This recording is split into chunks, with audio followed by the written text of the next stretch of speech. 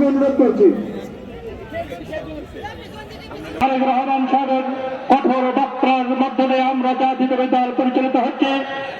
আমরা যদি আমাদের সন্তানদের জন্য একটি সুন্দর ভবিষ্যৎ গড়ে তোলার জন্য আমরা আল্লাহর কাছে দোয়া চাবো, পাশাপাশি আমরা আমাদের নেতা জনাব তারেক রহমানের নেতৃত্বে আমরা ঐক্যবদ্ধভাবে এই এলাকার মানুষ সহ সারা বাংলাদেশের মানুষকে আমরা একত্রিত করে আমাদের নেত্রী দেশনেত্রী বেগম খালেদা জিয়ার রেখে যাওয়া কাজগুলি আমরা সম্পন্ন করার জন্য জনাব তারেক রহমানের নির্দেশে আমরা যেভাবে আপনাদের পাশে এসে দাঁড়িয়েছি, তেমনি আপনারাও আমাদেরকে আপনাদের সহযোগিতা দিয়ে আমাদেরকে আনন্দিত করবেন, আমাদেরকে নিজেদেরকে আরো বেশি করে কাজ করার জন্য অনুপ্রাণিত করবেন।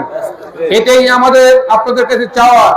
এই জন্য আপনাদের দোয়া চাই, সহযোগিতা চাই।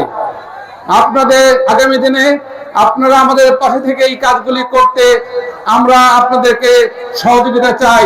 যদি আমাদের নেতা তারেক রহমানের জন্য আপনারা ঐক্যবদ্ধ হয়ে কাজগুলি করতে চান, আমাকে আপনারা দুই হাত তুলে আপনারা আমাকে জানান যে আমার নেতা জনাব তারেক রহমান আগামী দিনে আপনাদের এই যে অনুপ্রাণিত হয়ে আপনারা হাত তুলে আপনারা আমাদের নেতা জনাব তারেক রহমানকে তার নেতৃত্বে কাজগুলি করার জন্য আপনারা ইনশাআল্লাহ আগামী দিনে সবাই ঐক্যবদ্ধ থাকবেন, এলাকার মানুষের পাশে থাকবেন, যেন কোনো মানুষই কোনো কলহ বিপাক এই কাজগুলি করতে না পারে।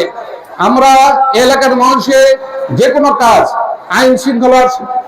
আইন শৃঙ্খলার বাহিনীর কাছে তুলে দেব যদি কেউ কোনো খারাপ কাজ করে।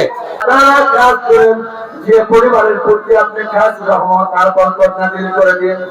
আয় আল্লাহ তাআলা, যে পরিবারের প্রতি আপনি খাস রহমত আর বরকত নাযিল করে দিন। আল্লাহ, প্রিয় নেতা বাংলাদেশের অভিভাবক আল্লাহ বিশ্বনাথ তারেক রহমানের প্রতি আপনি খাস রহমত আর বরকত নাযিল করে দিন। রব্বুল আলামিন আমাদের সকলকে কবুল করে নিন। আল্লাহ ছাত্রদের সমান আন্দোলন থেকে শুরু করেন আল্লাহ আমাদের এই বাদশাহীদের নির্যাতনের চালায় এবং ধরে আল্লাহ যত নেতা ইন্তেকাল করে যাচ্ছে, যত ছাত্রকে হত্যা করেছে আল্লাহ আবু সাইদ থেকে শুরু করে আল্লাহ সকলকে আপনি জান্নাতুল ফিরদাউস দান করে দিন।